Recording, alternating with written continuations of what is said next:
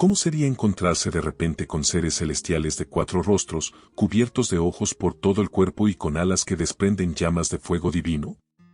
Estos son los querubines, criaturas extraordinarias que guardan secretos profundos y sagrados. Su presencia es imponente, y su misión, trascendental. Pero, ¿por qué Dios los eligió a ellos para empuñar una espada de fuego que giraba en todas direcciones, vendiendo el acceso al Edén tras la caída de Adán y Eva? ¿Qué ocurrió en aquel momento que cambió el destino de la humanidad para siempre? Hoy exploramos estos misterios que han permanecido ocultos durante millas y millas de años, la caída del hombre y las consecuencias que transformaron la historia para siempre. Imagina por un momento cómo sería vivir en un mundo perfecto. Un lugar donde todo era paz y armonía, sin dolor, sufrimiento ni muerte. Así era la vida de Adán y Eva en el jardín del Edén. Al principio, Dios creó un paraíso en la tierra, un reflejo de su propia perfección. Era un lugar hermoso, lleno de vida, donde él mismo paseaba al final de la tarde y conversaba con ellos. En este jardín especial había 2 árboles únicos, el árbol de la vida, que otorgaba inmortalidad, y el árbol del conocimiento del bien y del mal, que representaba una prueba de amor y obediencia hacia Dios. El Señor les permitió disfrutar de todos los frutos del Edén, excepto del fruto del árbol del conocimiento del bien y del mal. La vida en el Edén era una comunión única con el Creador. Adán y Eva vivían en perfecta armonía entre ellos, con Dios y con toda la creación. No conocían la vergüenza, el miedo ni la culpa. Su propósito era claro, cuidar del jardín y nombrar a los animales, cumpliendo con alegría las instrucciones divinas. Sin embargo, escondida en este paraíso, había una amenaza latente. Una serpiente astuta observaba, esperando su oportunidad. Según Ezequiel 28, esta serpiente era en realidad un querubín que se había rebelado contra Dios, un ser celestial lleno de orgullo que deseaba arruinar la paz del Edén. Su plan era sembrar dudas en el corazón humano. Con astucia, la serpiente se acercó a Eva y le hizo una pregunta que parecía inocente. ¿Es cierto que Dios les prohibió comer de todos los árboles del jardín? Esta pregunta sembró la primera semilla de duda. Eva respondió correctamente, pero la serpiente insistió, contradiciendo abiertamente a Dios. De ninguna manera morirán. Dios sabe que cuando coma de este fruto, sus ojos se abrirán y serán como Dios, conociendo el bien y el mal. En ese momento, la historia dio un giro dramático. La serpiente no solo cuestionó la palabra de Dios, sino que hizo parecer que él estaba ocultando algo bueno. Eva fue tentada en 3 aspectos: el deseo del cuerpo, porque la fruta parecía deliciosa; el deseo de los ojos, porque era hermosa; y la soberbia, porque deseaba ser sabia como Dios. Finalmente, Eva extendió su mano, tomó el fruto y comió. Luego lo ofreció a Adán, quien también comió. En ese instante, sus ojos se abrieron, pero no como esperaban. Descubrieron su desnudez, una vulnerabilidad que no solo era física, sino también espiritual. La inocencia que los cubría desapareció, y por primera vez sintieron vergüenza, miedo y culpa. Desesperados, cosieron hojas de higuera para cubrirse. Cuando escucharon los pasos de Dios, en lugar de correr a su encuentro como solían hacerlo, se escondieron entre los árboles. El pecado había creado una barrera entre ellos y el Creador. Dios los llamó. ¿Dónde estás? Esta pregunta no era por desconocimiento, era un llamado a la conciencia, una invitación al arrepentimiento. Adán respondió: escuché tus pasos y tuve miedo porque estaba desnudo, así que me escondí. En la conversación que siguió, Dios reveló otro efecto devastador del pecado, la negativa a asumir responsabilidad. Adán culpó a Eva, y Eva culpó a la serpiente. La relación perfecta entre ellos se fracturó, dando paso a la acusación y la división. Entonces, Dios anunció el juicio. Comenzó con la serpiente. Por lo que hiciste, serás maldita entre todos los animales. Te arrastrarás sobre tu vientre y comerás polvo todos los días de tu vida. Pero en medio del juicio, Dios también ofreció la primera promesa de salvación. Pondré enemistad entre tú y la mujer, entre tu descendencia y la suya. Ella te herirá en la cabeza, y tú le herirás en el talón. Esta profecía, conocida como el protoevangelio, apuntaba a Cristo, quien un día aplastaría la cabeza de la serpiente, aunque sufriría en el proceso. Para Eva, el juicio trajo dolor en el parto y un cambio en su relación con Adán. Con dolor darás a luz hijos, y tu deseo será para tu marido, pero él te dominará. Para Adán, el pecado afectó su relación con la tierra. Maldita será la tierra por tu causa. Con esfuerzo comerás de ella todos los días de tu vida. Te producirá espinas y cardos, y con el sudor de tu frente comerás tu pan hasta que vuelvas al polvo. La muerte, hasta entonces desconocida, entró en el mundo como la consecuencia final del pecado. En un gesto de misericordia, Dios hizo ropas de piel para cubrir su desnudez. Este sacrificio apuntaba al sacrificio supremo de Cristo, quien derramaría su sangre para cubrir los pecados de la humanidad. Sin embargo, faltaba una última y dolorosa consecuencia, la expulsión del Edén. Dios dijo: el hombre se ha vuelto como uno de nosotros, conociendo el bien y el mal. No debes tomar del árbol de la vida y vivir para siempre. Así, Adán y Eva fueron expulsados del jardín, dejando atrás el paraíso que había sido su hogar. En el relato bíblico del jardín del Edén, se narra cómo Dios, tras la desobediencia de Adán y Eva, tomó medidas drásticas para garantizar que no pudieran regresar y tener acceso al árbol de la vida. Para ello, colocó querubines y una espada flamígera al este del Edén. Estos seres celestiales, armados con una espada que giraba en todas direcciones, se convirtieron en los guardianes del camino hacia el árbol de la vida. Pero, ¿qué sabemos realmente sobre estos misteriosos y poderosos guardianes? Los querubines, guardianes celestiales. Los querubines son una de las criaturas más fascinantes y enigmáticas mencionadas en la Biblia. Su primera aparición ocurre precisamente en este momento crucial de la historia humana, cuando fueron designados para custodiar el paraíso perdido. En Génesis 3:24 se nos dice: después de expulsar al hombre, Dios colocó al este del jardín del Edén querubines y una espada flamígera que se movía en todas direcciones, guardando el camino hacia el árbol de la vida. Esta elección no fue arbitraria, ya que los querubines ocupan un lugar especial en la jerarquía celestial, descritos como seres de extraordinario poder y gloria. El profeta Ezequiel nos ofrece una descripción detallada de estos seres celestiales en los capítulos 1 y 10 de su libro. Según su visión, cada querubín tenía 4 rostros, uno de hombre, simbolizando inteligencia y racionalidad, uno de león, representando fuerza y realeza, uno de buey, indicando servicio y sacrificio, y uno de águila, sugiriendo velocidad y visión aguda. Estas criaturas también poseían 4 alas, 2 para volar y 2 que cubrían sus cuerpos en señal de reverencia ante la santidad de Dios. Debajo de sus alas, tenían lo que parecía ser manos humanas, sugiriendo que eran capaces de realizar tareas con gran precisión y habilidad. Su papel en la presencia divina.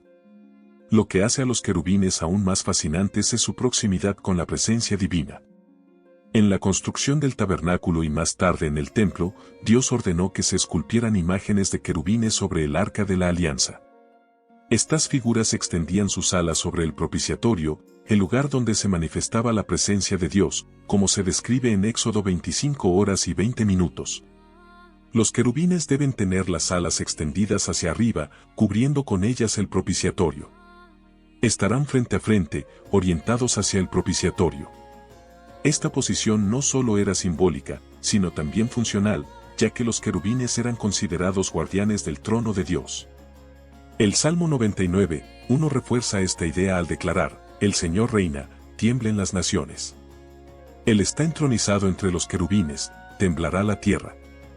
Su elección como guardianes del Edén no es sorprendente, dado que ya desempeñaban el papel de protectores de la santidad divina. Satanás como querubín ungido.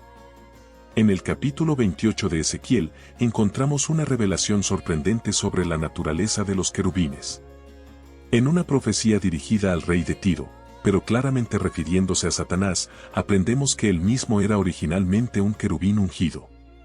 El texto dice: has sido ungido como querubín guardián, porque para esto te he establecido. Estabas en el monte santo de Dios, caminabas entre las piedras resplandecientes. Esto subraya la posición elevada que los querubines ocupan en el orden celestial, no solo como mensajeros, sino como guardianes de la santidad divina. La espada flamígera, un símbolo de juicio y protección.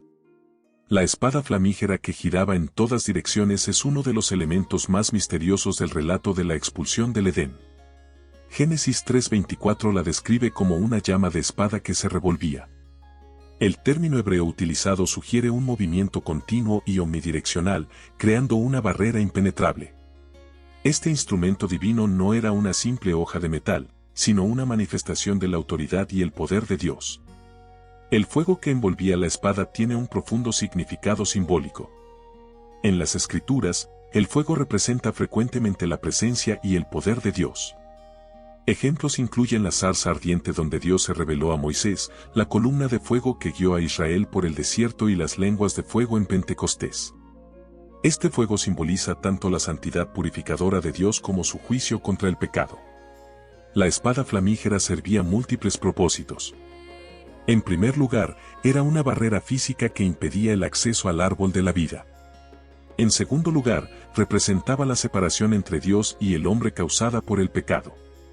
En tercer lugar, simbolizaba el juicio divino sobre la desobediencia humana. El movimiento constante de la espada indicaba la imposibilidad absoluta de encontrar una brecha para alcanzar el árbol de la vida.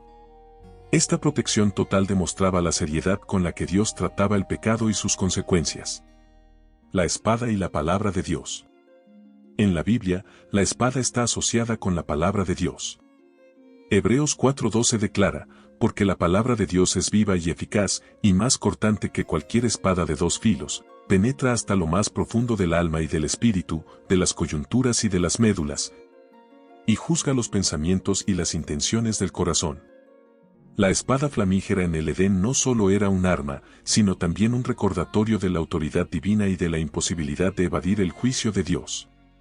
En conclusión, los querubines y la espada flamígera no solo protegían el camino hacia el árbol de la vida, sino que también simbolizaban la santidad, el juicio y la misericordia de Dios. Estos elementos del relato del Edén nos invitan a reflexionar sobre la naturaleza de la justicia divina y la importancia de la obediencia en nuestra relación con el Creador. La espada flamígera, un símbolo de separación y reconciliación. La espada flamenca aparece en un momento crucial de la historia humana, destacando la gravedad del evento y la importancia de la nueva realidad que enfrenta la humanidad. Una separación de la presencia inmediata de Dios debido al pecado. Este instrumento divino marcó un hito visible, subrayando el cambio en la relación entre Dios y la humanidad.